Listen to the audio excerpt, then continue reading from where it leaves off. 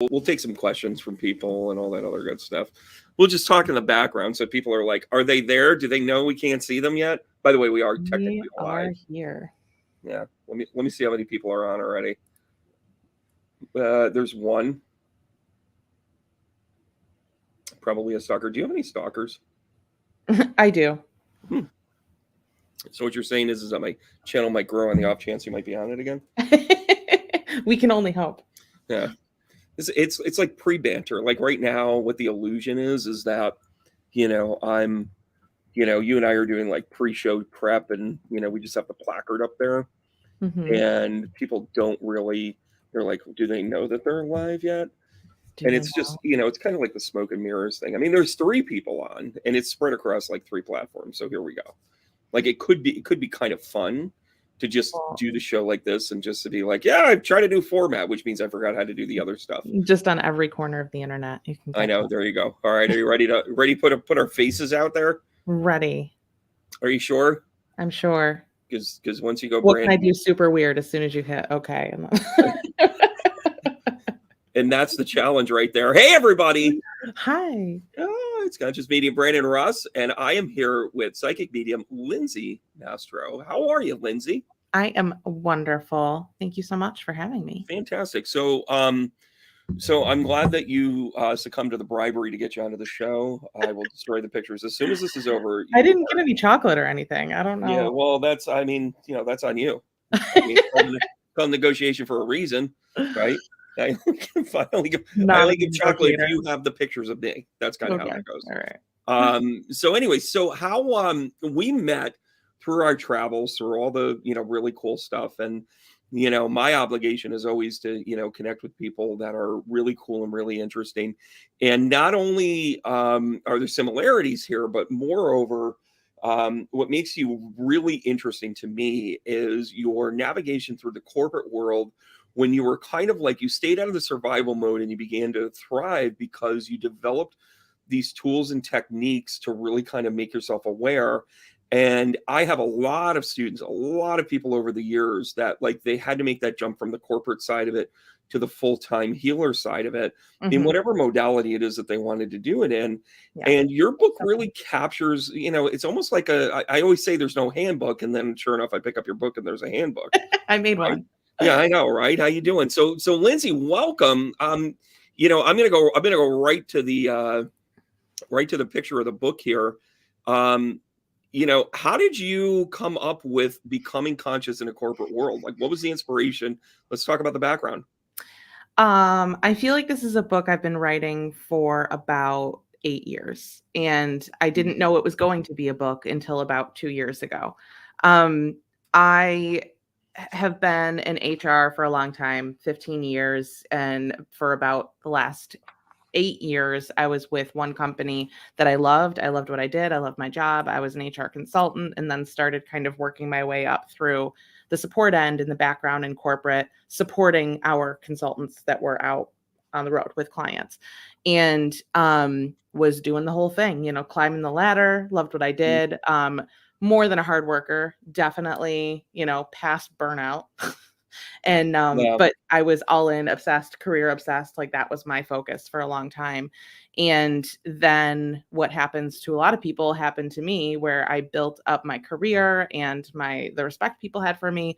And then, economics changed and the company changed, and I lost like my dream job that I had kind of built for myself. And at that point, realized how much time, energy, effort I was putting into my career, only to realize like I'm 35 years old and I can't do that for another 30 years. Yeah. And then I was like, I got to make a shift. Yeah. And let me ask you this question too. I mean, first of all, thank you, universe, for doing what you do best, which is, give us a tower moment at the moment where we're like, just when I think it can't get any worse, right? Three swords, the tower, like all of them. It's like, we'll stab you on the way down. And by the way, for some reason, we're going to stab you with 10 swords while you're face down and already dead. It's all good. Yeah. Thank you, Tarot, for making sure that there's like a level of masochism in all this too. Oh, for sure. But what was the hardest thing to leave? Was it the comfort of connecting with people? Was it the steady paycheck? Was it the peace of mind of like, having insurance and knowing that there was a cycle, because when you're in a position like that, you're like, the game, when you can Yeah, pull your feet off the gas, when you can push it a little bit I was really forward. good at it too. Yeah, well, and I think that actually speaks to the idea of like the survivalism that we Mhm, face in corporate world, where we're intuitively knowing the difference. We know our boss is full of crap. We know that these numbers are just, they need to hear it because they need to report to their person and that sort of thing. mhm. What kept you there, and what was the true breaking moment? You mentioned the economics of it, but what was the shift? What kept you there? What made you go? What kept me there for a very long time, I kind of went, it's like phases of anything. Money was the first concern, and I spent a long time trying to figure out how I could make up for that or how I could build my business appropriately so that that Mm, wouldn't be a concern as soon as I left. So that was kind of the first thing I focused on because it was practical, because it was like a number, it was something black and white. Beyond the money, which I thought was going to be the biggest deal, once I kind of got over mm. that and had my plan, then I was like, I'm about to lose 8 years worth of really strong friendships and the people I talk to every day. So, really, the biggest issue, the thing that was the hardest to leave, was really losing my connection with my friends every day and my Yeah. support system. And Um, it's yeah. funny because when you've seen people go off on their own for whatever reason, some people truly just feel like they've evolved into being a consultant. And Hmm. most people become consultants because of their circumstances, not because of their dreams, Hmm. right? But when you see that happen, you see people like villainize what they were at, like, oh, that company was holding me back, Yeah. or, that person was no good or whatever. But when you leave the way that you did it, you're kind of like, you want to go to coffee? You Yeah. want to whatever? Like they genuinely want to know what's going on. Yeah. And part of it's also still the survival mode to be like, did they replace me yet? They're like, Hmm. oh my God, they've got a Yahoo in there. They're not going to last 3 months. And you're like, okay, I got 3 months. For me, it was, I had a wonderful leader. I worked with her. I worked under her and with her for a long time. There's actually a story about her in the book, Yes. Mystery Woman. But she was absolutely amazing and remains a very good friend. Yep. So that for me was never the push to leave. There was a change in upper leadership, and I saw the writing on the wall. Yeah. So that wasn't the reason I left, but it definitely was like the final, you know what? I just don't I don't wanna do this anymore. I'm not aligned Yeah. with it. I don't agree with I don't have, my values aren't in the same place that the Yeah. companies are. Before we get into the purpose, talk about what it's like to have a mentor in a business role. Like, how Mhm, important is that? Do you think that having a good mentor as you're developing all of these other tools outside of the work that you're doing, mhm. and getting yourself to purpose, because that's really where you want to go with this. How important was that? Was it more because they were a safe space where they kind of have seen your entire evolution, or was it because you really got your chops and they kind of knew you were going to head up and out? Um, that's a good question. I don't quite know how to answer it. I found myself having very good mentors, but it wasn't something that I was like, I need to find myself a mentor and calling people and trying to Yeah, get aligned. Like it's never been through some official mentorship program. But I think, because of my intuition and because of my gifts, I just naturally align with people who I click with. And mm, those people I respect because you know, they are so far in their careers, or they do kind of operate the same way I would want to operate even if I'm not there yet. So I yeah, kind of self-selected mentors, and then, once you're vibing with them, you just kind of click. And I'm just a casual, like chill person. So I yeah, I don't like the formality of anything. And the only reason I did so well in corporate was because I could kind of vacillate between the formality that was needed. I could yeah, be, quote, professional. I could put on the face when I needed to, but I also showed up authentically in that professionalism. yeah, So I gained respect because I was a hard worker. I'm smart. I knew what I was doing. And I'm also like who I am myself. yeah. So Did but you it also took me a mentor other people too? Oh, yeah. Like, I have found, I mean, I had some really good people that it's funny when I knew I really had my chops in recruiting when I had a new manager come in that said, I really know sales, but I really don't understand recruiting. Mhm. And what is recruiting but sales anyways? And I Yeah. said, okay, well, she had a very valuable tool to me, which was she had been a manager for 40 years. She was Mhm. in the legal business for a long time. And she was like, yeah, I can show you how to manage people. And it was insightful. It was Mhm. really insightful. And what she realized was, she's like, you have all the tools. You just haven't done it to people in-house. You're doing it to people out-house. Yeah. Sorry, we didn't call our placements outhouses, but it's terrible. Oh my gosh. How many inappropriate, wait till we get to the inappropriate part of the show. Oh, no. Um, but did you find that like mentoring people like kind of helped keep you in the game for a while? That's probably the only reason I Yeah. ever got through any of my jobs because that's inherently who I am. Mm. Until I started as a consultant, even in my internal HR roles previous to me coming to that company, I always kind of fell into that role of mentor, even as like an HR generalist. So I'd have people in my office all the time. And that's kind of when I realized later on when I'm reflecting back, when I know more about my gifts, I'm like, oh, I was literally Mm. reading people the entire time and I had no idea that's what I was doing. So it's So, just naturally been a role that I love and I am passionate about. And I kind of built my career on relationships. well, here you go. You kind of you broke into a couple of different things here. So, can you talk about when you really discovered your gifts? Like, how did you know you were really meant to do this work around Um, mediumship? So I've known that I had, abilities my whole life. I Mhm. saw dead people. I heard things. I was in weird houses and I kind of just assumed that like I was always in haunted places. I didn't know that this was something that other people weren't experiencing. And that was Oh, just yeah. like the visual stuff. So it's I always like how been you describe around. that in the book too. You're like, "What do you mean you don't see him?" Yeah, like what? It was just normal to me. Yeah. And then, the more I kind of, I got older, life things were happening and I was pushing it away because I wanted nothing to do with it because it was like interrupting me.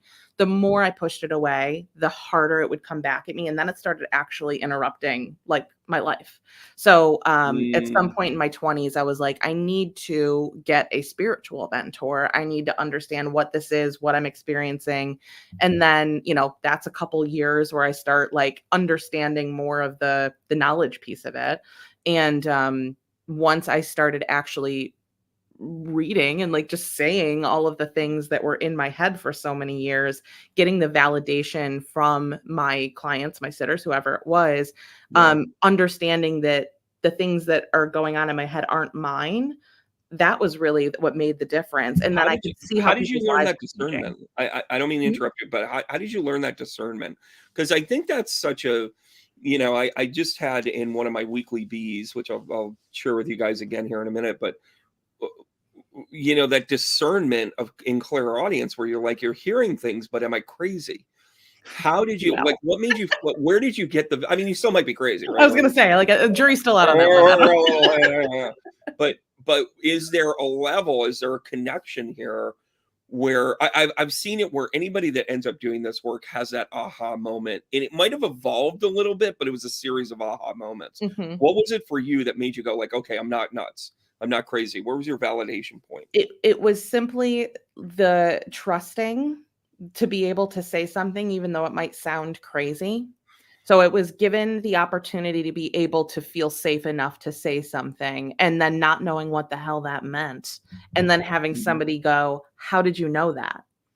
And me going, "I don't know that. I don't know what I'm talking about." And then them being able to kind of Like, I know have the back exactly and what you're forth talking about. with me. Then Yeah. they turn around and they're like, that's my grandpappy, and you're Yeah. like, oh, I'm glad you can face that. I thought I was making up cool stories about people my whole life. I thought I just had a super overactive imagination and I was like a artist in that way. Like, "Oh, look You- at me, cool stories." I had no like, idea these I'm gonna be stories a were like writer.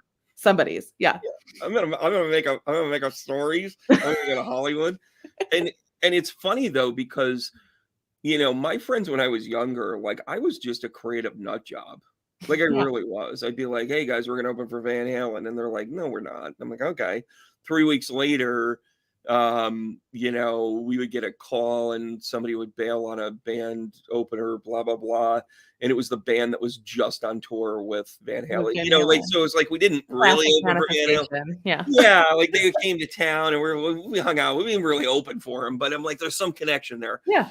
So I would see like little glimpses of it with that. But then on the other side of it, it was, for me, when I started to come out, it was a really tough conversation. Like people would just sit there, oh, Yeah. Oh, you're what? Yeah. Like, tell me a little bit about that. Tell me about coming out. Like, how Um, was coming out for you? I had enough people close to me that knew of my experiences that, like, my close friends and family I knew wouldn't be an issue. It was more so like extended family and obviously coworkers, right? Yeah. Um, Clients, whoever that might be at the Oh, time you when I was came out going to through. clients?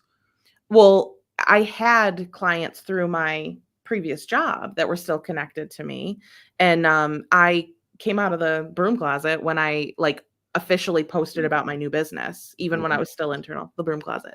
You Um, gotta walk us through that because I think that's a big thing for a lot of people yeah. when they go from not doing this to doing this. Like, what was Mhm. that experience? Like, were you getting emails? Were you getting, like, So, unfriended? I got unfriended. no, I didn't. Yeah.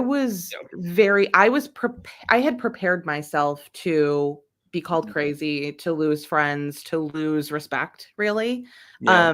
I don't know if I was just really lucky, but I Mhm. say that, but I also know how hard I worked to always try to be as authentic myself as I could be. Yeah. Again, I was always a hard worker. I'm a great friend. So by the time I did, come out, it was more so just like, "Oh, that makes sense," or it was like, "Let's see where she's going with this." So I really didn't get too much, like, It was pushback. more of a judgment play. It was It was more of like, a, "Hmm, yeah, like, as in, like, oh, this is, what's this gonna hey, be hey, like?" hey, get the popcorn. She's going fucking crazy. Like, let's go. Like, Right. right? Like, and for me, I came out of, the conversation with, coming out of a very Catholic background, so a lot of my long stem friends, I remember there was one, she actually became very fundamentalist Christian. I don't want to say she was evangelical, but she got very, very kind of like lifestyle Christian. Mhm. And she and I were great friends growing up. I connected to her, we were like, we were neighborhood kids, right? And there was some kind of like we were loosely related. I'm from one of those towns in upstate New York where everybody kind of, it's like I'm from Wayne you really County. gotta go through this thing. There's a reason why I say Coleman's home is in our backyard. Yeah. Okay. There's a reason why they're like, well, there's yeah. It's kind of if your family tree looks like a bush, you might be from upstate. Um, but by the way, that is the crudest, cleanest sentence I could ever say. But I like knew her. There was no reason for her to really kind of judge me like that. But as soon as I started putting medium connected to it, I found myself unfriended. I found myself, and I'm like, whoa. And it's not like we were super close. It was kind of like that we really knew each other at one time, but we faded Mhm. away. It's good to kind of check in on Yeah. people. I started to get a glimpse of that kind of like judgment thing. And I started to really wrap my arms around the idea that this isn't going to be for everybody. Mhm. But I also realized that standing in your truth thing is really there. Does your mentor know? Like, how did that go? Like, would you sit her down, take her to lunch, and say, you know, She already knew, again, like the ghost stories, like, I'd always just tell ghost stories, like, "Oh, hey, we're at this haunted place, and, there looks to be a guy over there," but it was more like I'm a funny person, I'm constantly joking around, so even mhm, though I was being serious, it was, like, fun, and it was never scary, it was never spooky, yeah, so by the time I was just like, "Hey, PS, I'm doing this thing, and I'm coming out, and I'm a medium, and I really talk to ghosts," it wasn't, like, a surprise. And it's yeah, funny because the judgment thing, I think just me as a person, since as long as I've had consciousness, like yeah. little, I have just never been very good at tolerating people who didn't want to tolerate me. So I think just as a human, it wasn't as big. I mean, it was still scary. It was still And by the way, a lot of trust. did they label it as you being narcissistic? Like, as in, like, Um, Lindsay is a bit of a narcissist because until when I told her I didn't believe in what she did, she cut me off. So clearly I wasn't fulfilling her needs. So, or she couldn't, it wasn't serving something that she needed. I Like, unfortunately have been such a people pleaser my whole life that there that it was the is. Here it comes. opposite. That was the opposite of what people probably thought. Well, and again, though, that's also kind of the empath in us where Mhm, we create these like mechanisms of like self-preservation and so forth and so on. For me, when somebody's like, hey, I don't want to be in your tribe anymore, I'm like, okay, good luck. yeah. And I'm like, okay, well, and I had a then they really text me pleasant. 3 days later and they're like, hey, I need this. And I'm like, okay. Mhm. Yeah, no, I was. I say I'm lucky because I really did not have a lot, if any, adverse reaction when I first came out. I'm sure there was Yeah. conversations, but nobody's flat out was like, "I'm done." Nobody pulled you Um, aside and but say, the "What's luck Jesus part gonna think?" well, I also never really surrounded myself with a lot of like super See? crazy religious, so Oh, alright, okay, so you are a witch. Alright, keep going. well, Be a good one, be a good one. I'm a good witch. I use my Yeah. powers for good. Yeah, I Um, don't disagree with that. I no, I actually have a lot of experience with different religions growing up, all Christian. Mhm. But it's just never been something that I never really connected with people who were all in. So Mm, I'm a very much a practical and magical person all at once. And that's been the case even before I knew I was a medium. yeah, So I think I've just always surrounded myself with similar people because I didn't like the feeling of yeah, the opposite. So for it wasn't I had a good experience coming out, and that doesn't mean it was scary or easy or right, there's a lot of trust that goes into it, making sure that like I'm just going to put this out there and I have to trust myself to be able to carry myself through this. I think that was the hardest part. mhm, yeah, Knowing that you may have to rely on yourself, and luckily I didn't. And again, I keep using the word luck, but I also try to give myself credit for setting myself up in a way mhm. where I wasn't surrounded by people who were going to give me a hard time. Yeah, and I think that's also part of the dynamic too, when when you truly get to a point where, um here was my biggest shift as like a Catholic is I needed to not look at things as absolutes anymore. Mhm. And I think what you're talking about is you really had the gift of you say somebody wasn't all in. Well, what I hear in that is nobody is coming at it from an absolutism. Like, don't Right. you know Yeah. Jesus said this? Don't you Mhm. know that, Second Corinthians blathers on about profiting and all that other stuff. Well, the dynamic of it is that you have to get really good at discernment Yeah. because you as a medium, we naturally see both sides of it, Mhm. right? I had a conversation with someone the other day who's known me for a long time, and she basically and I'm like, "Hey, you've never been to any of these shows." And I actually did a fundraiser to something she was connected to, and I'm like, "You didn't even come to that." Mhm. And she's like, "Well, I'm afraid you're gonna say something that I don't wanna hear." And I joked around with her and I go, "Has anybody ever come to you and said, 'Hey, this guy, like, brought me down this rabbit hole,' or whatever?" Mhm. Sometimes there's truths that you have to give, and there's truisms, and there's truths to it, but it's personal truths. This Yeah. is how I see it. This is where it is. But it doesn't mean that it's an absolute truth. And I think Mhm. all of this religious kind of stuff, like people that are either have nothing in the bank or everything in the bank, either they're all in or they're all out. Mhm. I can't read them. I don't Yeah. know how you are with this. Like, how do you face challenges when somebody's faith is really in question? What's really helped me and how I help people kind of get over if they are struggling with their belief versus their experience and all that is relating everything back to energy and Mm, constantly having this conversation of we are all using different words that all mean the exact same thing. So it's like we're all talking the same language but using different dialects. So once you can kind of establish that connection between like whether you believe in Jesus or Buddha or whoever yeah, it is, and somebody else in spiritual new age might say source, like we are right, all talking about the same thing. So kind of trying to find common 100%. ground. That being said, if it is somebody who's all in or all out, there's very little common ground you're going to be able to find because they're already in their this is it and this is the way. So I just honestly like that's not somebody who's looking for help or healing in any way. And if they're happy doing that, then go do that. Like, I'm not Yeah, here to change anybody's mind, you I know? and I find that by the time they get to you, it's a crack in the armor. Mhm. It's "Well, I'm an evangelical, but I'm curious about this." Well, you're curious about this because you haven't been really sold on what you think you're 100% into, Mhm. right? And just And lowering their guard a little bit too, and saying exactly what I just said, honestly. If I have somebody sitting yeah, in front of me who's argumentative, I'm just like, "Listen, you came to me.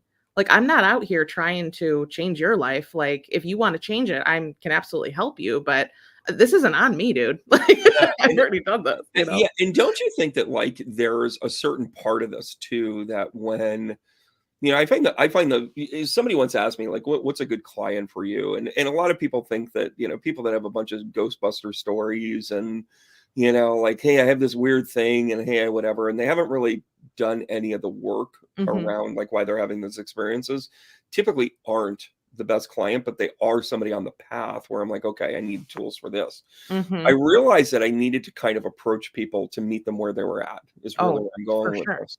If I'm sitting with somebody that has a deep faith and they're like, well, I'm not sure I believe in this. And I'm like, well, the Holy Spirit's my spirit guide. All of a sudden they're like, really? Like, how did that happen? And I'm like, Whoa, yeah. well, I don't know. Sent him to Jesus, dropped a little on me. I don't know what to tell you. And, but then if there's somebody that's really like ready to explore it and they've kind of already gone through that, then they might go the other way and have a spiritual bypassing experience where it's like everything used to be God and now it's universe. And I'm like, but what work did you do to get there? Like, where have you changed your paradigm? And I think that's one of the challenges when you really start to open this up, is to actually make it your own and not just replace the words and the lessons and the conversations, because you're comfortable with what you were raised on, right? Listen, radical responsibility for your own self, I think, is like the first. Yeah, radical responsibility, and it's spiritual sovereignty. It's being able to go through that and own it, so that then when Lindsay comes to me and says, "I'm going to question you on this," that's why we've had such good conversations, is because it's like some of the things we throw at each other, it's like, who you are, I know who I am. And in getting to know each other, it's almost more of a conversation about how do you have an intelligent conversation and still keep your authenticity. A lot of people think authenticity means that you're unmovable. Authenticity is the process in which you discover things, right? Which is the blessing of being connected, which is the blessing of having a creator, which is if you were made in his image, if I can go cafeteria Catholic here, if I'm made in his image and God doesn't make crap, then I'm pretty shiny, right? Isn't that kind of the way it goes? Yeah. But what's the most difficult client you've ever had? Like, what's the one? And no names. I mean, unless you want to out them. I mean, Gloria was terrible. No. It was just kind of like I walk in. Let me guess, they smell like patchouli. The worst client I ever had. Like, what was the most difficult? Or like whether you just couldn't read them or they were argumentative or whatever. It's the reason I stopped doing. Okay, so when you're brand new to any psychic mediumship type work, you do the psychic fair route because that's what you fall into. Do the $10 back of the room readings. I say it to my students all the time. I did a handful of them, and I was very quickly like, oh boy, this is not for me. Like this is not a Lindsay thing. And the worst clients I ever had were at those, because they're not there for healing. They're not there to have spiritual sovereignty. They're not there. Yeah, it's a sideshow. I think I've used that word a few times this week. And you get the whole, oh, if you're psychic, then why can't you give me the lottery numbers? And I'm like, dude, do you think I'd be sitting here under a 10 by 10 tent in a field if I knew the lottery numbers? Like, no, it's not how it works. So just the level of judgment, I think, that comes along with the sideshow is like, again, I'm not here to change your mind. And if I were, I'm not going to be a very good psychic. It took me a long time to figure that out too, because I'm like, I wanted to do a show, and I still might do something like this. I want to do a show like called Skeptics Only, where it's a room full of people. I've been known to turn a few skeptics, but I'm not out there trying to do it. Well, and again, it's kind of like, I remember one that I had, the guy, and it was a guy. Be here. His wife, I always make the joke, like, the wife was like, will you come with me? I'll offer you a steak and a beer and a, and you're like, he's going to collect on all three. Right. Yeah. And, he's sitting there, he's like, whatever. And it ended up being the best reading of the night, because I'm like, here's your dad.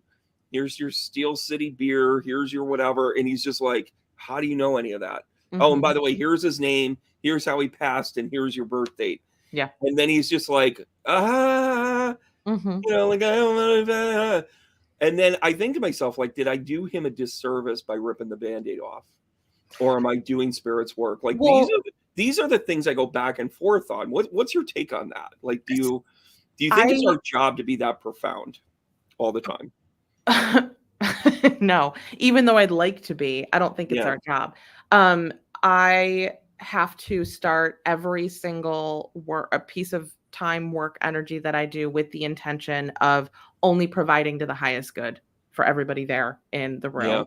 And that is what kind of keeps me in the right frame of mind to know that whatever is coming up is there for a reason. Like my guides, their guides are not going to allow me to access information that's not going to be something that will be helpful to them. So there's that piece. But then I think the second more important piece of this is about discernment, is about the emotional intelligence that's needed when you're just talking to other humans. So I can get, upsetting information, but I'm able, again, because I've spent 15 years in HR, being able to deliver information in a good package, Yeah.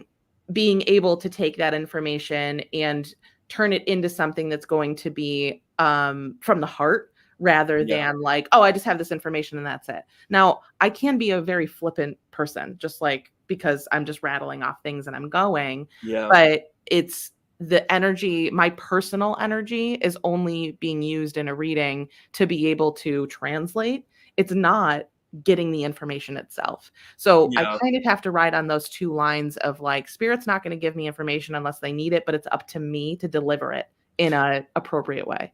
And that I think is that discernment and that evolution is a really key thing in mediumship. Mm-hmm. It really is, because there's a lot of great mediums out there, and I call them fire and brimstoners because Yeah. they'll come in and they'll be like, "Girl, your man is blah blah blah," and you're just like, Well, there's the whole they're conversation not about free will too, like predictions. they're not wrong, but it's kind of like, hey, your person isn't as committed to you as what it used to be, and well, I'm sure he's doing something. And it's like, it's not your fucking business to tell them that he's doing something. Right. It's your business to say, here's your awareness. You're not in Yeah. a committed relationship anymore. And by the way, here's your tools and your resources for you to handle it yourself The rather new than mediums are here. Yeah. The new mediums are here. The new Mhm. mediums are here. And that, I think, is the biggest differentiator as to whether or not, I mean, people take a lot of pride in that because, and in all fairness to some of the people that have made it to, big time TV and whatever, their delivery is that shock and awe of like, Mhm. here it is. Like, oh, they're showing me their head was cut clean off. Like, you. Like, yeah. it's like, I've learned the fine art, of not ever talking about a person's passing directly anymore. Mhm. I may talk about some conditions that were at hand. I might talk about the suddenness of it, the decisions that might have been included in it. Because I started to realize, especially in public, like if it's one-on-one, I'm a little more, I don't want to say loosey-goosey, but I'm a little more forthcoming with the, okay, I And you understand. have the time to be able to develop that connection to know how it needs to be delivered. Yeah. Ding, In ding, gallery, ding. you don't. Yeah, like there's a difference between offering. I always used to laugh at people all the time when I would leave like a job fair and they'd be like, "You offered me a job," and I'm like, "I would never offer you a job at a job fair. I'm getting to know you, and I'm literally saying, let's talk on Tuesday, right?" And by the way, that delivery, I mean, I can't tell you how many times like HR people become really good mediums because we do what is known as the shitburger method, right? You know what the shitburger method yeah, is? yeah. Yeah, where it's like you start off, you're like, Yeah. hey, your boss really likes you. You don't have a job anymore. And you're going to call me next week. But you're a great dude. Yeah. But thanks for coming anyways. And then they're like, what? And they're like, I don't have a lot of detail, Yeah. because you're going to get unemployment either way for a couple of weeks. We're just not going to fight it because we don't want to actually say that you smell like anchovies and we saw what you did in the bathroom. Oh, it's always the smell. It's always. Oh my gosh. What was the craziest story you had with HR? Like where intuitively you had to piece it together? Oh, that's a great question. Hold on a second. Can I have a minute? That was a great question. That was a good question. That was a great question. Okay, so my craziest stories are like wildly inappropriate. You can change the names to protect the non-innocent. Okay, well, that one had video, so it wasn't so much intuition. But I'll tell you, it's like the intuition for me always caught up at the end. So because you have to, like, and actually in my book, I talk about kind of a method to gaining the more practical support for any of the intuitive Do stuff. you see the platter I was serving right there? Thank Right? you for You that. see the It's delicious. yeah, Um, fantastic. so Divorce. yeah. Wait, what? Well, speaking of food and platters, this was a waitress who decided during a shift that she had worked there forever, like small town restaurant, Mhm. very well known, very high end restaurant actually for where it was. Yeah. Um, she had a table one night that came in, and it happened to be an ex-boyfriend of hers that also was Oh, with his new girlfriend.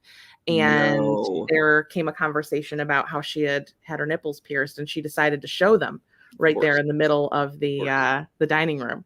So it actually that should just be like, oh, you're fired, like no question. But the owner of the restaurant was very concerned because she knows a lot of people, and the restaurant is very well attended, and he didn't want to hurt anybody's feelings by getting rid of her because she also could potentially go out and talk a lot about what he did or didn't do. So I had to basically convince him to fire her, even though she did this. And I remember, so that was the event that actually occurred, that not much intuition was needed there. But when I Uh-huh. first started working with them, I would always go in and do a tour if they were local enough. And I just kind of would read people's energy as I was walking through. And I say now, but I didn't know I was doing it then. But now I know what I was doing. I was literally just reading people's energies. And this Mm, one person in particular, I knew was going to be a problem. So yeah. she just Oh my had gosh. this like electric kind of like it didn't fit. And I Yeah. was like, she's the problem here. I didn't know any backstory. I didn't know the story. Certainly didn't know that 6 months They later just this had was a going to thing happen. about him. Yeah. Yeah. So whether So you do this professionally or not, it didn't take a rocket surgeon to be like, yeah, I don't like him. well, and she was one of the people that I would, on my regular meetings with them, I would just, how is this situation going? Any issues, blah, blah, blah. But she was one in particular. I'd be like, so how are things going with so-and-so? Just to be like, is everything still okay there? Yeah, yeah. And yeah, lo and behold, this Oh occurs. my gosh. So That's isn't not that even the craziest story. That was like number 4 on the list. I was like, what can yeah, I but say that's it's like, also, I mean, listen, thank you for the visual. yeah. Text me the I'm sure they restaurant were great. later. Maybe she's still there. Maybe that's a side. Still pulling in Yeah, the tips, maybe that's a, it's more of an appetizer, really. I found, but it's terrible, Brandon. I can't believe. I told you I was slightly inappropriate, which Well, is funny. I find that the most inappropriate people in the room are oh, HR we're all people. HR people. It's because Oh we're my the god, worst it's of the worst. hysterical because we know where we can bend the rules, and we Mhm. can also say, "I'm about to say something wildly inappropriate." Like they even tell you, and they think that's the escape, and it would Yeah. be like Well, I that told you. dress. Yeah, that dress. I Like it's in gave like, you oh, the there's no warning. pictures. We can see right through, or whatever, right?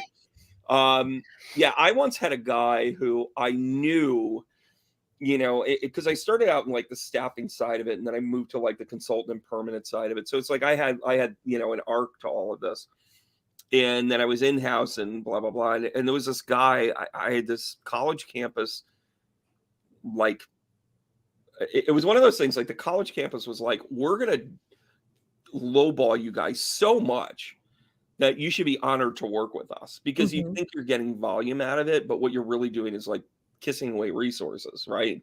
Like you're spending somebody and getting a lower minimum return. And I kept saying that to the big bosses. Yeah. And I'm like, we could take the dozen people that we have there, replace them in other places and make more money.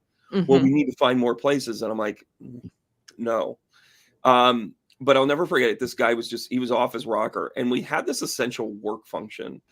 Every time you staff people, you're always looking for reasons to be like, oh, we can go back to something and you didn't disclose it or you didn't Mhm. whatever, right? And this guy went on campus, and 4th day in, he turns around and he goes, I can't wait to get my hands on these girls. Oh, And I'm like, yikes. I get a call from the guy, and he goes, he calls me and he goes, how late are you going to be there? And I'm like, why are we whispering? He goes, I'll call you later. And I'm like, oh shit. Mhm. Yeah, the And whisper's never good, calls me, and the whisper and well, how long are you going to be there for? Yeah, we need you And now. eventually, he tells me what happened. So then I call him and I said, listen, I go, we're not gonna go here anymore. I go, I'm gonna be very specific with you. We're cutting all ties with you. You can't say stuff that imposes threatening things. He goes, well, I didn't mean anything by that. And I go, what did you mean? Well, I don't know, just want to get to know him. And I'm like, that's not a, I'm going to get to know That's you. yeah. You Yeah, use the word "get my hands on." I don't know. as if like that's part of the role play, my friend. You could have said "get to know" or dropped girls, and it probably would have been fine. Like, He come on, man. sued. Oh, I love your HR mentality right here. Uh, He sued everybody. yeah, did he win? No, he got his ass Oh, handed to good, him. good. I hear And so many stories of people who, like, sue and win, and I'm like, "How?" It just terrible HR, but terrible documentation is how that happens. I remember talking to the this was actually the defense that I think got him through. And I said, the question was, did you specifically say that he couldn't say that he can't wait to get his hands on girls? And I'm like, are you really pinning that on me?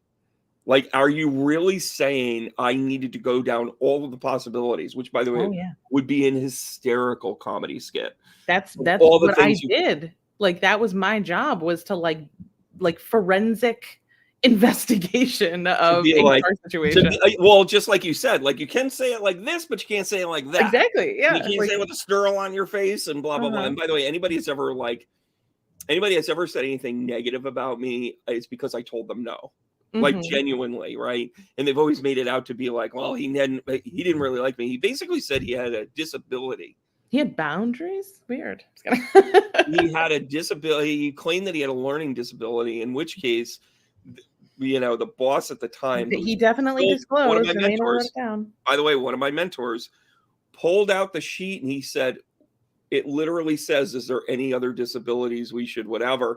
And Mhm. basically him trying to get away with it was just kind of like, and it was in one of those like counselor, things. There wasn't a judge involved, but the person was basically the judge. It's all the stupid stuff that people think is, like, not necessary and boring, and it literally always comes down to, like, nobody cares about the story. It's all about the document that backs up that story that's being painted, and I'm like, "Yeah, nobody wants to do this, but that's what's gonna help you."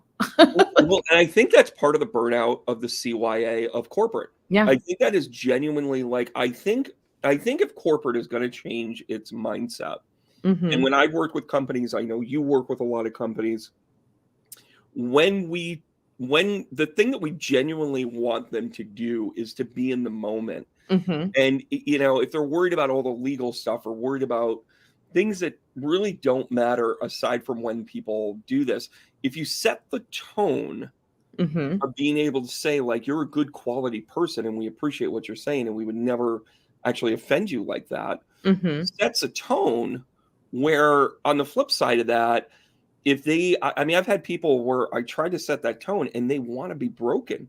They're like, how dare you treat me with respect? I know. Well, Right? I could go down the rabbit hole on this because it's what I'm, like, super passionate about, but it really starts before you hire. It starts with staffing, it starts with recruiting, and it starts with knowing what your brand is as a employer.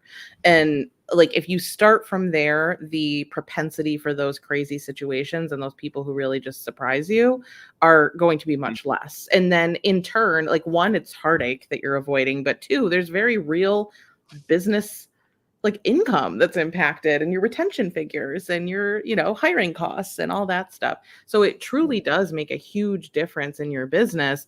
But at the end of the day, people think it's foofy HR stuff that we're talking about. Like, oh, be nice to people. No. It's pretty simple, but it's going to make a difference in your business. Well, isn't it also energy? I mean, Oh, at the end of completely. the Yeah. day, it is always energy. Consciousness Mhm. and energy really go hand in hand with the conversation. Mhm. Wouldn't you agree? Oh, yeah. I actually, it took me a while to come up with the title for my book because Oh, I was trying to appeal to, like, the right person, and consciousness, it's actually not one of my, like, go-to words, or it wasn't until I had the book. yeah. I usually would talk about energy a lot. That was the word I used a lot. And it didn't feel right as I was trying to figure out what my book was even gonna be and how it was gonna be Yeah. organized, because I just wrote a bunch of stuff all the time. Well, I want to Um, put it. Don't take this the wrong way, but I want to put a bookmark in this. yeah. I want to actually do a quick little conversation, sidebar conversation here, and come back to that because I think that's a great topic for us. And I just want to give everybody a heads up that you are absolutely going to want to go over to my website. I'm going to do a little self promo here on me. How did I do this? I don't How did know. how did I It's have, like, fancy. multiple banners up here? How did that happen? Oh my gosh, I'm like, "Oh, I know why." Do you know why? Hold on. I'm gonna What? tell you why. Because I unclicked the button. Remember when I said I unclicked something? Yeah. That's what I unclicked. Oh. Oh, look at that, it's kinda fancy here. Well, that's why you wanna develop your intuition and you wanna keep skin in the game and really develop kind of as you're deciding to make life changes and becoming the best version of yourself. Sign up for the Weekly B. That is the intuitive development classes where every week we take a different topic. We take a different subject where we talk about a little bit about the astrology, which, by the way, we're going to talk about your astrology here in a minute here, Lindsay. We talk a little bit about tarot every week, and then we talk about a topic. This past week, we actually talked about near-death experiences. The week before that, we talked about clairaudience. We do kind of drill down so then you can build your own dictionary and develop how it is that you want to go about using your gifts in a day-to-day life, whether you want to become a medium or whether you want to just become the best person, teacher, counselor, therapist, nurse, whatever it is that you are, whatever your walk of life is, it'll help you along the way. All right. Thank you for letting me do that promo ad. But in this book, there were actually two things that I really, and by the way, this is what it looks like. By the way, here's my bookmark. And by the way, my bookmark is someone else's card. It's always, that's what they're used for usually. Does anybody use business cards? Apparently this person did. I love, you talk about writing the book. Let's talk about writing for a second. What do you think that the over under was for you to say, that's it, I'm going to put this onto a book? This is going to sound pretty intangible, but honestly, it was like a message. It was, you're writing this book now. Yeah. I'm just a writer, and especially with my business I had as a side business for so long, I was constantly writing content and captions, and these captions would turn into these longer kind of stream of consciousness thoughts I would have. And Great title, isn't it? I know it is. I'm like, weird. Well, isn't that how we work? Yeah. Yeah. I mean, we really do. Like when you open up to spirit, Channeling. you just got to let it go. Let it go, let it flow. But And I'm sorry, keep going. I decided about just over a year before the book actually came out, I decided that this is what I'm doing. I have to write a book now. And I didn't know why. It wasn't something I was charged to do my whole life, but I also knew I had no idea how to do it on my own. So I found a book coach who was absolutely amazing.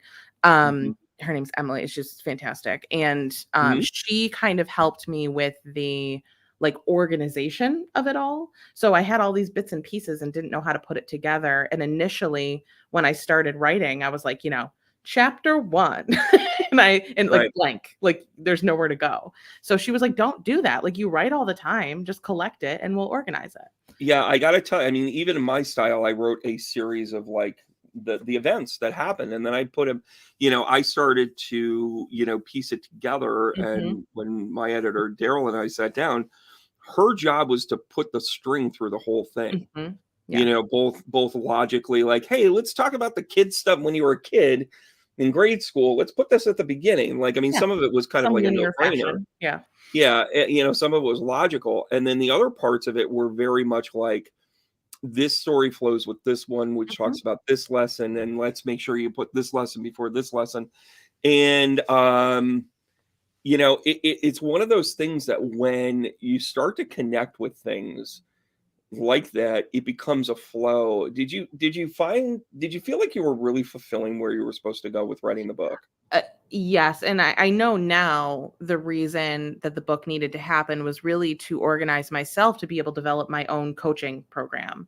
So if you go through my book, you'll see it's divided in between heal, align, and cultivate. And those are the same 3 kind of big chunks of learning that happen in my coaching program. And within each of those is a story or is a practical exercise that you can do, because again, everything with me is very don't just talk about it, go do something about it. So it was important to me to have that workbook aspect to it, in addition to the fun stories and getting to know Lindsay and who I am and all of that. So it was a combination of both of those things. And as I was developing my coaching program, I was writing the book at the same time. And I remember I had 2 screens next to each other, and I was looking at going back and forth one day, and I realized that the book I was putting together was a mirror image of the program. And I clicked.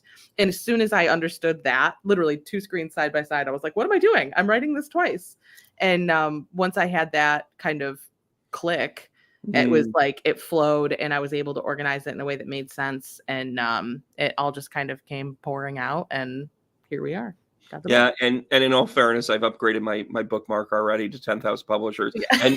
And listen, shameful plug here for writing, taking your path to purpose and bringing that out.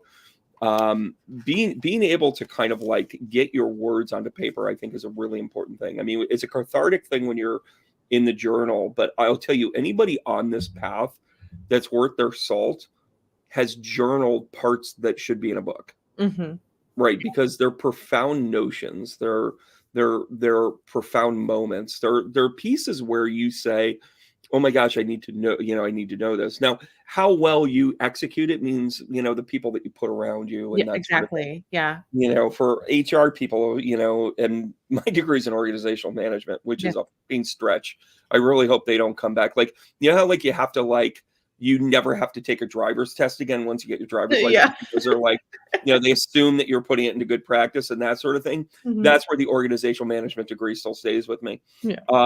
But one of my favorite chapters in the book, and I'm totally going to do another self-promotion here on this one, is where you talk about the lunar cycle. And of course, you're talking about the moon. Mm-hmm. And by the way, there's George Bailey, everybody. Thank you very much. Yes, I have It's a Wonderful Life. And by the way, full disclosure, I've been pumping this up on my channel for like weeks. And I did the crash read, over the past couple of days. And it's an easy read. And when I say easy read, it's an easy read for me because I'm like, oh yeah, I've seen this. Oh yeah, I know what she's talking about. Oh my gosh, I have. You might have been talking to, David, but my guy's name was Joe. Yeah. You might have been talking about Mike, but I had Mike. But it was like, I'm sorry. There's a lot of Mike. I've got many Mikes. Yeah. Yeah. By the way, if you want to have a joke, if you want to have fun with recruiters and people in HR, say this: how many Michaels have you worked with? And then you got to take a shot with each one of them. You'll be drunk in 20. Like, it's ugly, right? Anyways, so, but in that though, you actually talk about moon cycles. You talk about the idea that everything's kind of in a cyclical nature. And then, but one of the epiphanies that you have in this was your own cycle.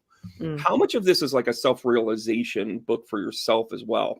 I mean, not only because you were talking about parallel things, but that cycle thing also talks about the routine that you might have needed to change.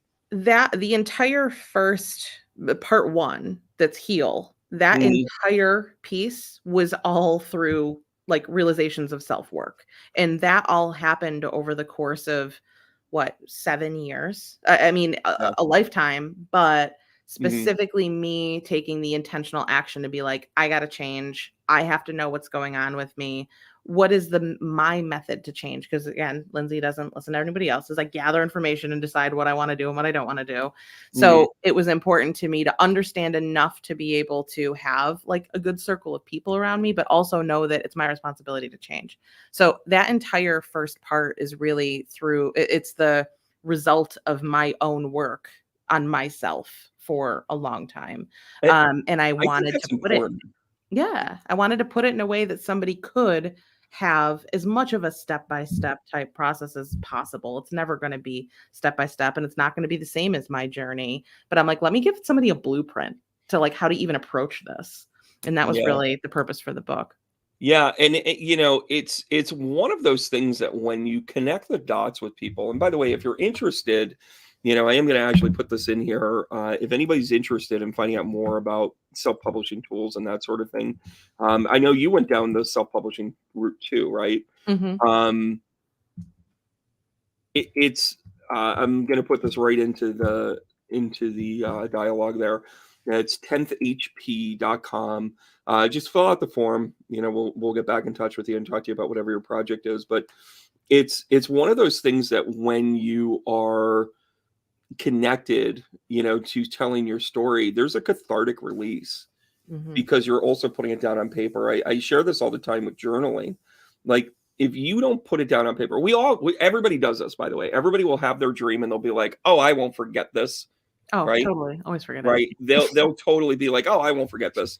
And then when they wake up from their dream, they're like, oh my gosh, I had this dream. And I'm Mhm. walking down the street and there's this guy in this red hoodie and he's got a cell phone and a candy bar and he's got a hat on with a crystal ball on the top. And then there's like this yellow taxi and I go to walk across the street and I think I can see Times Square, or at least I see this really tall building. I think it's Chrysler building. I'm not really sure, but I And kind it of was see my everything. house, but it wasn't my house. It Yeah. was my house, but it wasn't my house, but it was kind of like it was same, but it was different, blah, blah, blah. Yeah. Yeah. Yeah. And then you get ready, and then an hour and a half later, you're telling somebody on the drive to work, and then you're like, yeah, I had this dream, and there was like a red guy in a candy bar and a taxi, and I think I was in New York. I was home, but I don't know. And then by the time you tell it at the water cooler 5 hours later, it's like, I had this really weird dream. Yeah. You're like, what was it Boils about? down real I quick. can't really remember. Like, that is known as it's almost like Doppler memory. Like the further you Mhm. get away from it, the more it doesn't hit home. So to write those things down are really important. But here's the analogy. The reason why you want to write things down when you get that strategic thing is that spirit's going to give you more stuff. People like you and I that work in a stream of consciousness, we're just going to get more shit. And guess what? It's lost. Mhm. But during the development process, you might get stuck on that thing because you're like, oh my gosh, I need to remember it. Mhm. So instead of actually moving on to the next thing, you're stuck because you're so worried about memorizing it. That's what I found. Yeah. Just When get it out. I got that out and got it into the book, the I forget how many 38 stories that are in there, 38 tales that are connected to my lessons. I really opened up Mhm. because Spirit's like, oh, you wrote it down finally. I'm like, well, yeah, it was the same stories. And by the way, I have a full confession. I had to go back and read one of my stories because I couldn't remember how it ended. Um, how long ago did my book just like a couple months ago, and you're like, "Hey, we're gonna talk about your book." I literally have it sitting next to me because I was like, "I don't remember what." I was like, "I gotta go back and remind myself what I even wrote," because it is so much just what's in the moment, and you adapt it and you tweak it and make it readable. But Right. I don't remember a lot of the stories that are in there. Somebody like, "Oh, that's in your book," and I'm like, "It is? Oh, And cool." listen, yeah, that's the funniest part. Like, oh yeah, I remember that from your book. You're like, oh shit. Yeah. What else And then did I I say? found Yeah. myself, true story, I'm finding myself where it was one of those things where people could pre-buy my book before my Mhm. event. And I got it out there, and this is right when it first came out. And then I was like, all right, I'll tell you one that's not in the book. And I started talking about it. They're like, that's in the book. I'm like, oh shit. Yeah. But I think this also lends itself to having a good partner in this. And I've Mhm. always been a big fan of being able to say to people, like, let experts be the experts, Mhm. right? And having somebody that's going to come in and edit, and having somebody, my running joke for a long time is the reason why Daryl edited the book was because she was really good at my crayon.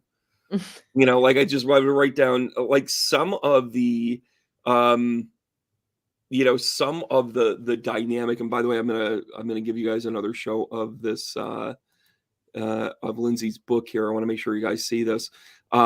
Becoming Conscious in a Corporate World. You can find it on Amazon. You can go to her website.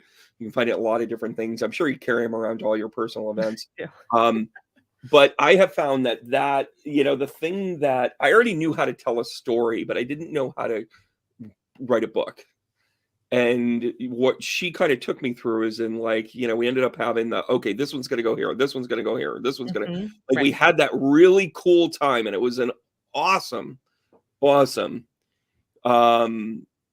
dialogue of like, okay, this fits. And we also eliminated some things too, which Oh, was I the had other a thing. ton of stuff that's not in there.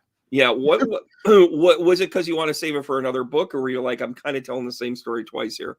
I probably both, but the majority that I took out didn't necessarily belong in a book about the corporate world. I had a ton of stuff that was actually like personal reflections, especially because I was writing it actively after I had left my corporate job and was Yeah. transitioning to full-time entrepreneur.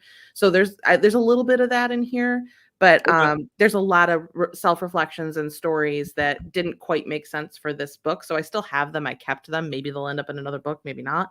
But Yeah. there's a ton of stuff that I wrote that just didn't quite make sense. And for a while I was worried about like, how long is it going to be? And I didn't want to have one of those little teeny tiny books that people say I wrote a book. And it's just like, I'm like, no, I want a book. And But it's funny. I went through that too, where I'm like, I don't want to, being a Leo rising, I'm like, you know, I want this to be, I don't want this to be a You little want to show your tiny. feathers, you know? Yeah, I'm like, come on, this is gonna be. I don't know if there's gonna be another one. So, oh, that was hilarious. The second I released this book, so many people were like, "When's the next one?" I'm like, I'm like, oh, it was like I got married, and people are like, "When's the baby?" Oh my God. So I have to tell you about that where I had one, I have a very close, and you develop close relationships sometimes Mhm. with people, especially when they've gone through a loss, right? And yeah, beyond the corporate world, Trisha's suggesting, oh, how about that? Jot that down. We got smarty pantses around here.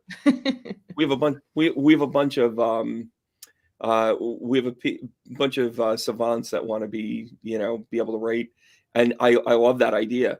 So one of the things, you know, that I've also kind of like recognized in a lot of this is the close relationships that you have. I mean, some of the stories that I have in there was really kind of honoring the people, Mhm. you know, like whether it was somebody that lost their husband and just how I was able to kind of honor him with the story, and someone that lost his wife. And then, you know, he swore off that any of this was going to be like, you know, to him, spiritual stuff is just not on his radar.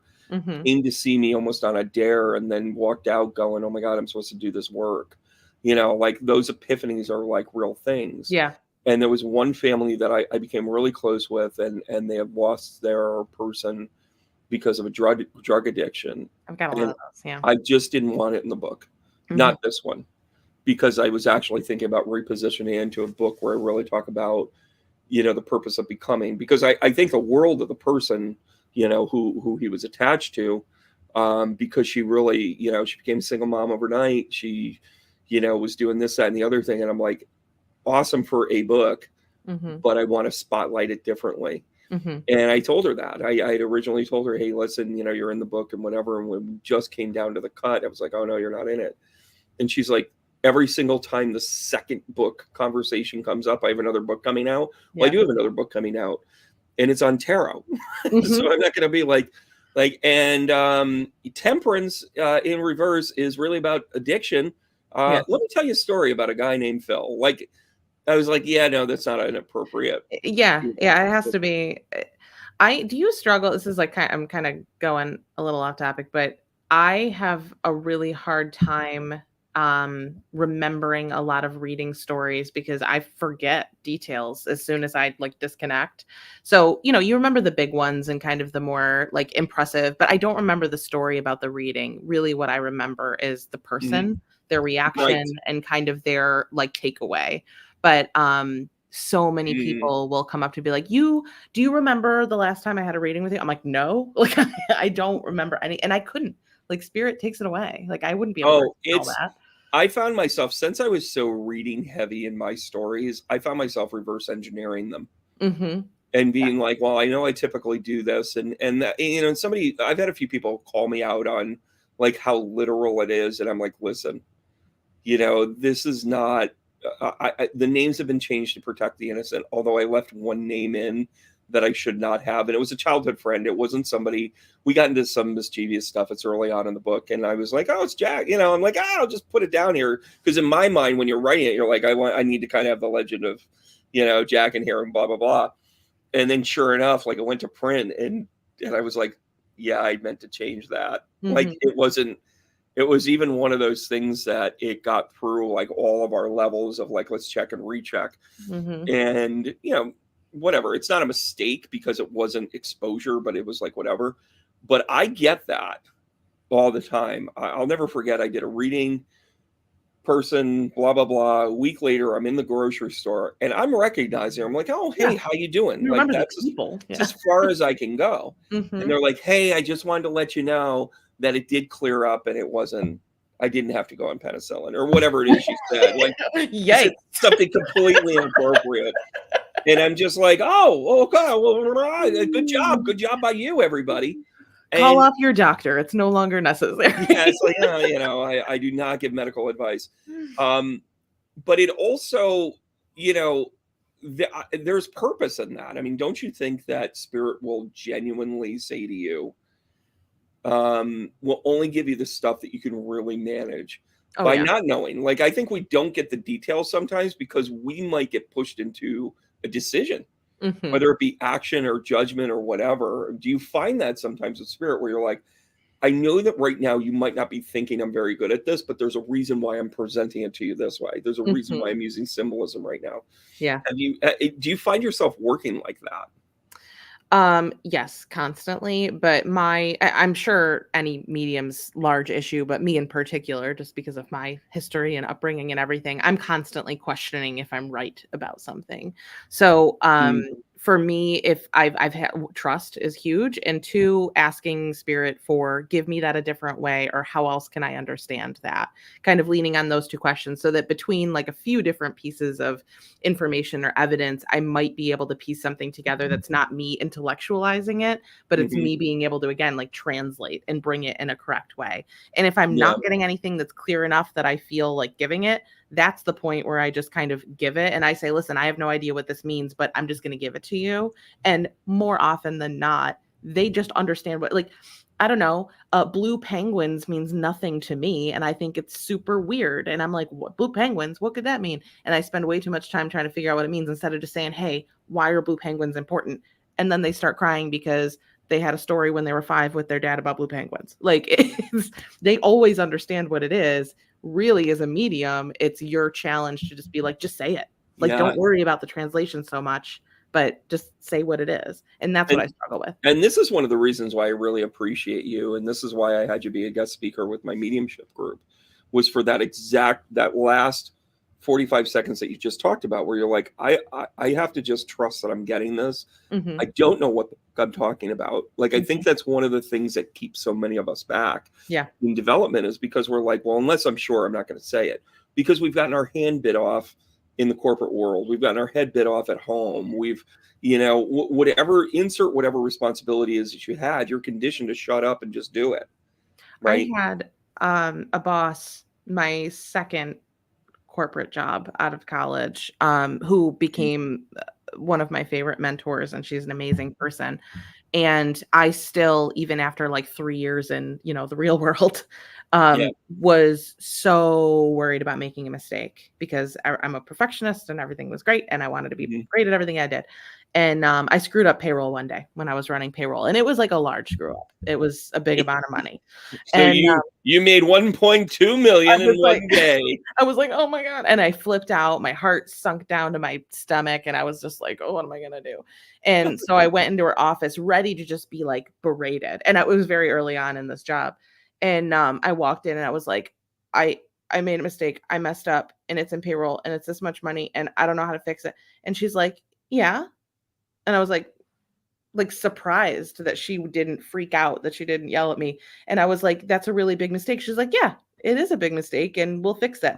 And she said, "Everything is figure outable."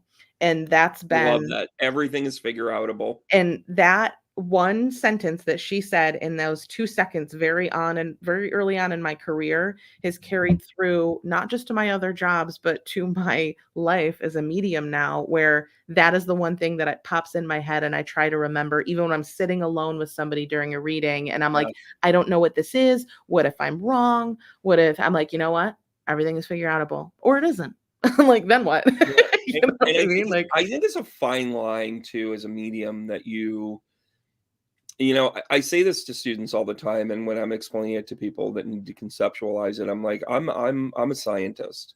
mhm, At the end of the day, every good medium is a scientist because they're trying to replace their faith with fact and they're trying to support their faith with fact. mhm. Right. And we're not trying to change our reality. What we're trying to do is I have a woman talking to me about A, B, and C, about a blue penguin. I love that analogy, by the Yeah, way. And then to be able to be like, oh, well, that was on the box that my dad and I used to play all the time. totally. Right. Yeah. Exactly. Right. And that conversation gives you validation, makes you feel not crazy, and then you're like, I could have shut up about this. Mhm. How many times have you had this though, when you're getting something, you're like, this is just too crazy. I'm not gonna say it. And then they turn around and they're like, and my dad and blue penguins, and you're like, son of a bitch, I should have said it. Oh, yeah, no. I like to say that I'm pretty good now about just putting it out there, but every single time I choose not to, it does come up. like a few minutes later. And I'm like, why didn't I say it? Of course it does. And I Well, say that listen, to them too. I'm like, listen, like yeah, I did this. That's why I know. That's why I and then mentioned they're it. just like, "Can I get some more credit for this?" And then Yeah. they're like, "No." They're like, "No, what am I paying you for?" And then it's like, "Oh, all that other stuff." We can talk more about this, and I want to put a bookmark in this to maybe, kind of do catch ups and all that other good stuff. But right now, I want to take a look at the most interesting thing about your chart. I mean, I know a lot of Mm. people are kind of hanging out here. We've had a pretty steady stream, by the way. Okay, cool. There's almost 4 people. All right. So that was funny. All right, guys, let's take a look at this one right here. Lindsay, probably should have blanked out a little bit of this, but they're not going to stalk you per se, right? Well, now you know how old I am. Yeah, book I'd title, tell you everything is anyway. figure outable. There you go. You figured out your own. Oh, Never thanks, heard that David. word. And it's funny because mediums will use figure outable all the time. Mm-hmm. We do. So here's what screams at me about your astrology and why it is that I think you're a good medium. First of all, your moon is sitting in the 12th house in conjunct with Pluto, and it's almost a near full conjunct in your 12th house in Scorpio. Guess what? That is just the psychic terminology right there. You are at a near full moon, but for all intents and purposes, you're at a full moon. Mm-hmm. At 11 to 12 degrees there. That's pretty cool. That's pretty awesome, quite frankly. But it is fixed energy.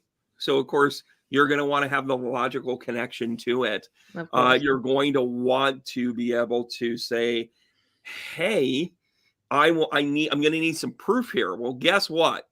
You're also blessed with none other than, oh my gosh, with Mars and then Lilith also in the other fixed zones here, which means that you have a fixed grand cross with the sun.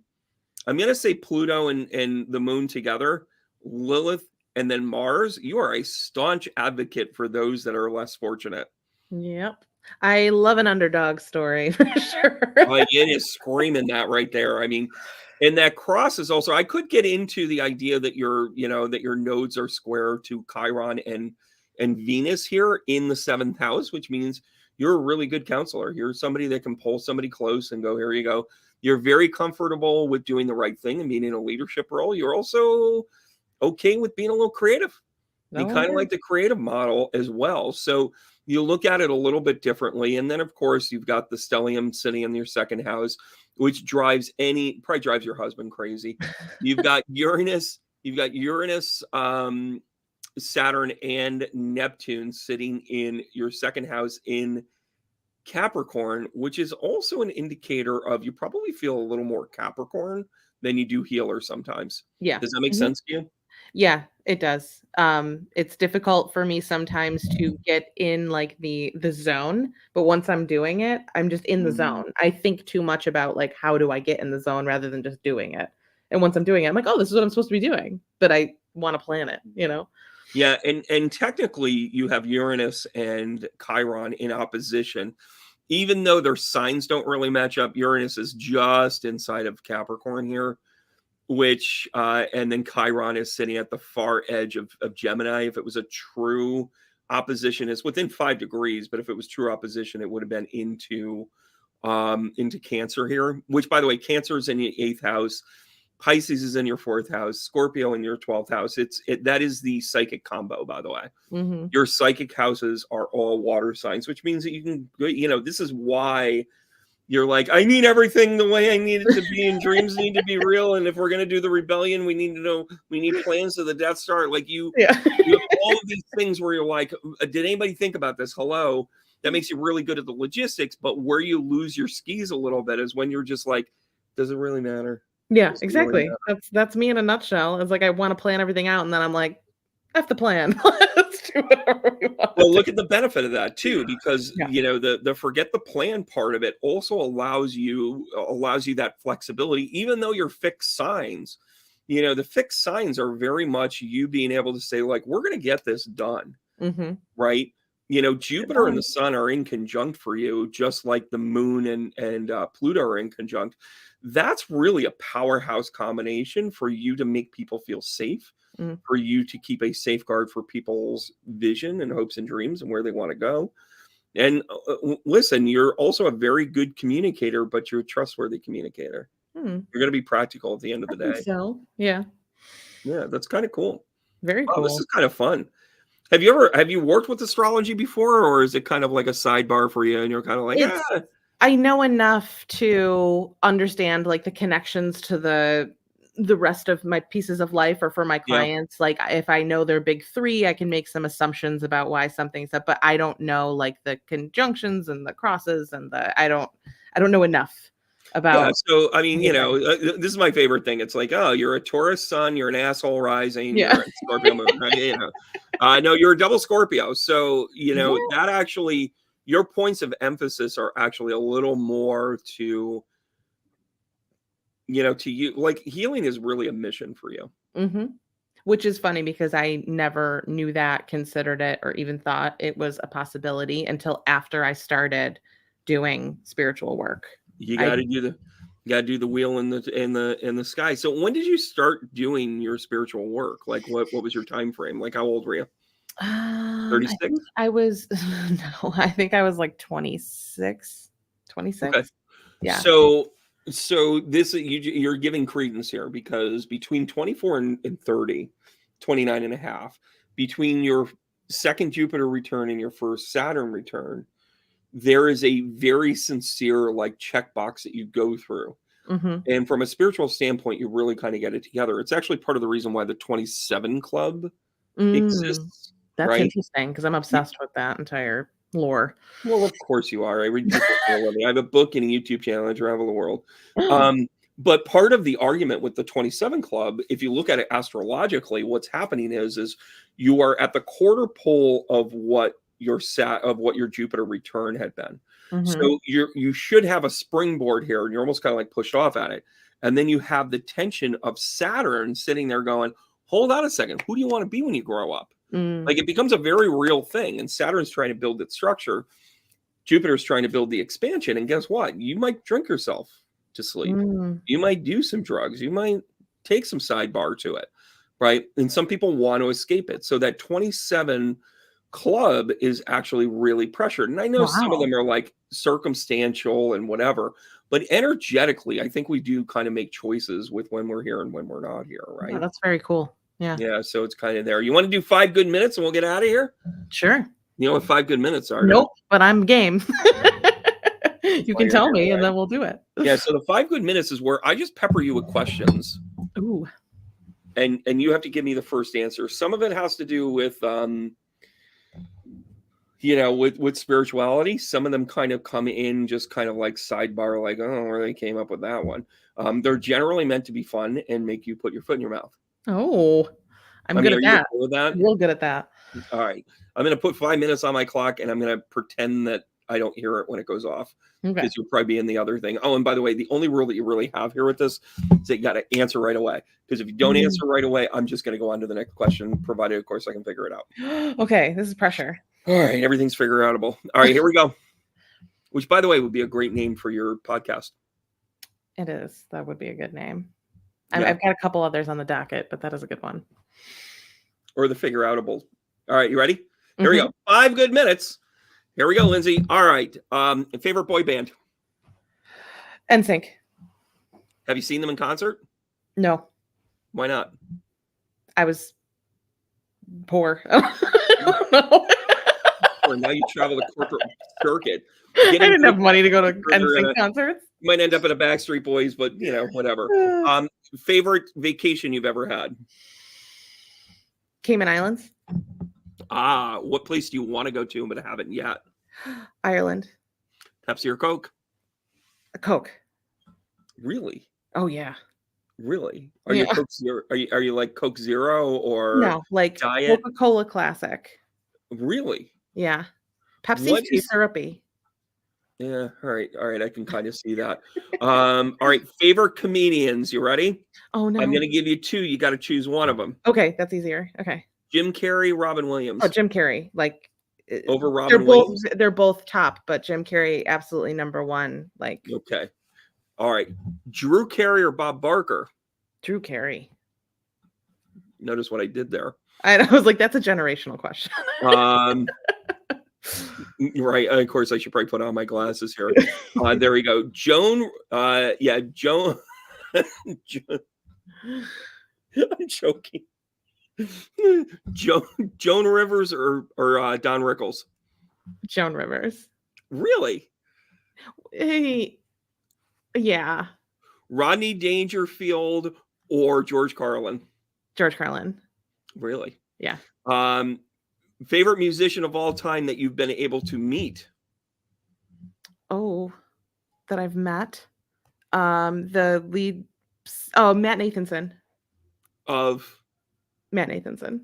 He's just a solo artist. is he He's the really? one I've been able to meet. I haven't met that many, but Oh, he's one. okay.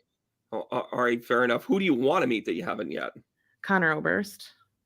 Of Bright Eyes. oh, He's a well, psycho. I've got somebody He's here in my the psycho. studio. I'm gonna bring him in. I'm kidding. I'm kidding. What would be the one thing that your parents would not want to know about while you were growing up? Drugs. What's that? Drugs? Yeah.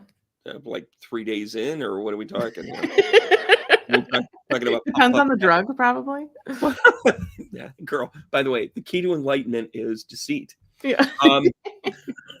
That's terrible. Oh, Favorite sport and favorite sports team? Oh, hockey's probably my favorite sport. Huh. Team, the Bills. I know it's not hockey, but that's probably my favorite team. I'm not a sports person. I don't know if you could tell. And by the add, the Bills might do better on an ice skating rink this year. Oh, probably. All right. I heard you mention Cayman Islands. What's the furthest you've been away from home? Probably the Caribbean, wherever the furthest Eastern Caribbean, whatever that is. What is the worst news you've ever had to deliver to an employee while you were firing them? Well, that they were no longer going to have a job, but he had 2 developmentally disabled children and was going through a divorce at the time. Oh my gosh. Yeah, and he shouldn't have been fired. I actually quit that job because I was being forced to lay him off, and there was many other people that should have been. Isn't that the way that you find it? Okay, favorite fruit? Grapes. Boy, that took a lot. I had to go through the fruits. That took a lot. Perfect night on the town. What do you need to do start to finish? Movie, what else? Dinner, dessert, drinks, like singing Sweet Caroline in a bar. A comedy show. Just kidding. Comedy show over a movie. Okay, best comedian you've ever seen live. Oh, I'm obsessed with stand-up comedy. This is hard. Best one I've ever seen live. Gary Goldman. Oh, I haven't seen him live, but he's one of my favorites. Isn't like you're totally a Gary Goldman guy? Oh, the best. I want to say Matt Birbiglia or Tom Segura a long time ago. Did Tom Segura really go by the wayside? I think he's jumped the shark, which is really hard for me to say because he's like one of my number ones, but he's too rich and too disconnected. I think he tried to go corporate with bringing his wife onto his podcast. Oh, his wife is amazing, though. His wife is funnier than she is. Oh, than yeah. He is. Am I wrong with that? Christina P's like, I love her. Yeah. Well, and listen, if you ever get a chance, you got to go see Bert. Oh, I've seen Bert many times. Yeah. There you go. I've seen Tom and Bert many times. Have you? Matt Birbiglia or Mike Birbiglia? I said Matt twice, I think. Mike Birbiglia. Yeah, he's he's up there because he's same as me. You know, he's serious, but he's funny and he's heartfelt and the whole thing. But Gary Goldman, salad. It's me and pizza tonight. Yeah, I get it. Like that's some of his stuff. So I've always kind of dissected, all of that there. If there was one talent you wish you had, what would it be? Play the piano. Oh, why not? Why can't you play the piano? I probably could if I tried to learn. I just don't know. I play the guitar. Are you supposed to be somebody of like independent means and being able to figure it out yourself? I've got a lot of stuff going on. Okay. All right. Who do you look to as last question? Who do you look to in the spiritual world, mediumship, whatever, that you say, boy, that's something that I've really drawn strength on?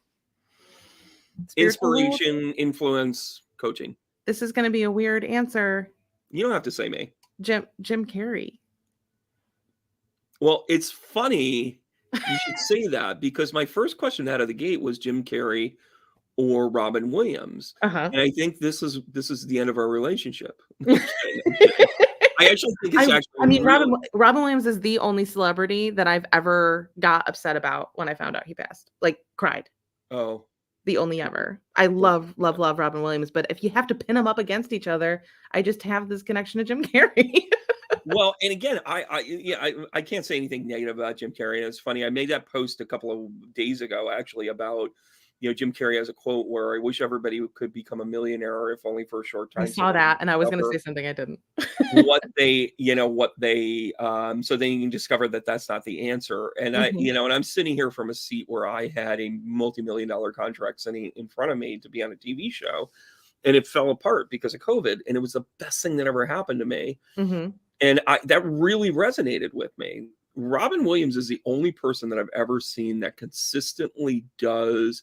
He was a closeted medium his entire life, Mhm. and he was running from his gift. I Yeah. will make that argument sixfold Mhm. because I think he turned to drugs and alcohol, and even he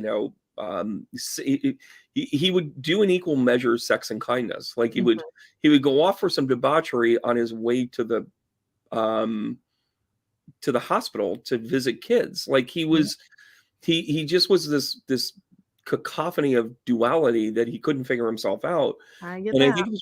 I think it was because he just couldn't stay in his truth. And I think Jim Carrey actually has a lot of those same components. I Mhm. actually think they're very much the same person, in terms of like the struggle that they've had and the enlightenment that they've had. And they've both had tragedy around them.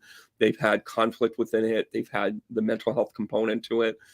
And I really, if there is one hope that I have for someone like Jim Carrey, is that he always knows that he can get through this. Mhm. 'Cause Well, I think he's gotten there. It took a long time for him to. But it's I didn't answer anybody that is like a spiritual person is the answer, because I think as soon as you do attain some level of celebrity surrounding your spirituality, it takes on this kind of like pervasive, I don't know. It just, so I mean, there's people certainly that I respect and I look up to, but yeah. any name that I could name that would be known as like, I don't want people to think that that's what I think is perfect either, I you know? I think what you're I also think Jim getting. Carrey's perfect. Well, and I think that you're also, well, yeah, because he doesn't hide who he is at the end of Yeah. the day. And I think what you're actually tapping into is something that I've seen for a long time. And I'm gonna go ahead and call it the Doreen Virtue effect. Mm.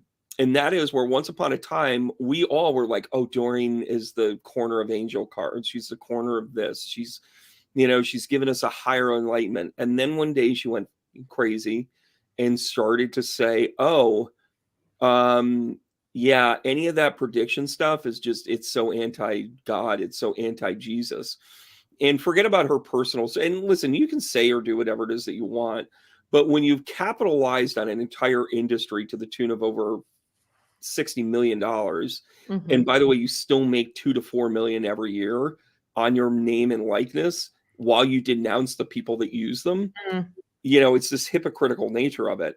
She And pulled I that think that right. we've all become very cautious Mhm. about who we worship in this because, when Wayne Dyer passed, I had a Mm. really profound That's a experience. name I could have said and be comfortable with. Right. And for me, if I want to stay in the science side of it, I'm going to talk about Dr. Emoto. I'm going to talk Mhm. about, I am going to talk about Carol and Miss. I Mhm. am going to talk about people that are trying to bridge that faith thing with the science thing all the time, right? Mhm. Yeah. Joe Dispenza, I mean, there's a lot of really great people, but at the same time, they could turn on a dime Mhm. as we're kind of seeing it. So guess what? I'm going to laugh about it. It's kind of the George Oh, Carlin's. yeah. It's the George Carlin bit. Mhm. Like I don't, I believe in the sun, but I worship Joe Pesci because Joe Yeah. Pesci can't let me down, Yeah. That's right? it. Yeah. Yeah, And yeah. I think that's part of what we experience when we go through this stuff and we write awesome books. This Mhm. book, you need to get it. It's called Becoming Conscious in a Corporate World. Lindsay knocks it out of the park. Thank Her you. writing style is fantastic. It's an easy read. It breaks it down into bite-sized stuff. It's smart, it's funny, and if you like funny, you should say that this is your next book for sure. Oh, thank you. Because it's one of those books that are just, it's taken from a perspective, and if you are genuinely curious about understanding how people got to where they are, you're a great shining example of it. Oh, So, thank you. all right, cool. So listen, we're going to wrap things up here. All Who do you right. want to send your heart tap out to? Oh, I'd like to send it out to anybody who's currently suffering through the Israeli-Palestinian conflict war. It's a real thing, isn't it? Yeah. Yeah. It's been heavy on my heart lately. Yeah, right. Listen, here's the idea. I keep praying for, and I still pray because, you know, it's in my toolbox. I keep praying for everybody just to wake up and put their ego aside. Mm-hmm. They have a developed ego of things that aren't even theirs. Right? Yep. All right. So we're going to send out the heart tap that entire area so they all figure it out. Let's find peace from the river to the sea. All right, guys. Heart taps out to everybody. And Lindsay, thanks for being a great guest. I can't wait to have you on more. It was awesome. All right, guys. Listen, peace out. I'll see you guys soon. And can I just do one more little plug here? I'm going to leave it on this one. Can I do this? Is this all right? Oh, I'm perfect. Oh, look at that. I got my own promo stuff now. By the way, the It's a Wonderful Life video, you're going to see that it's going to be up next week. Going to finish filming here this weekend and go and enjoy it. All right, guys. We'll see you here soon. Lindsay, thanks again. Heart taps all out. Thank you so much. See you guys soon.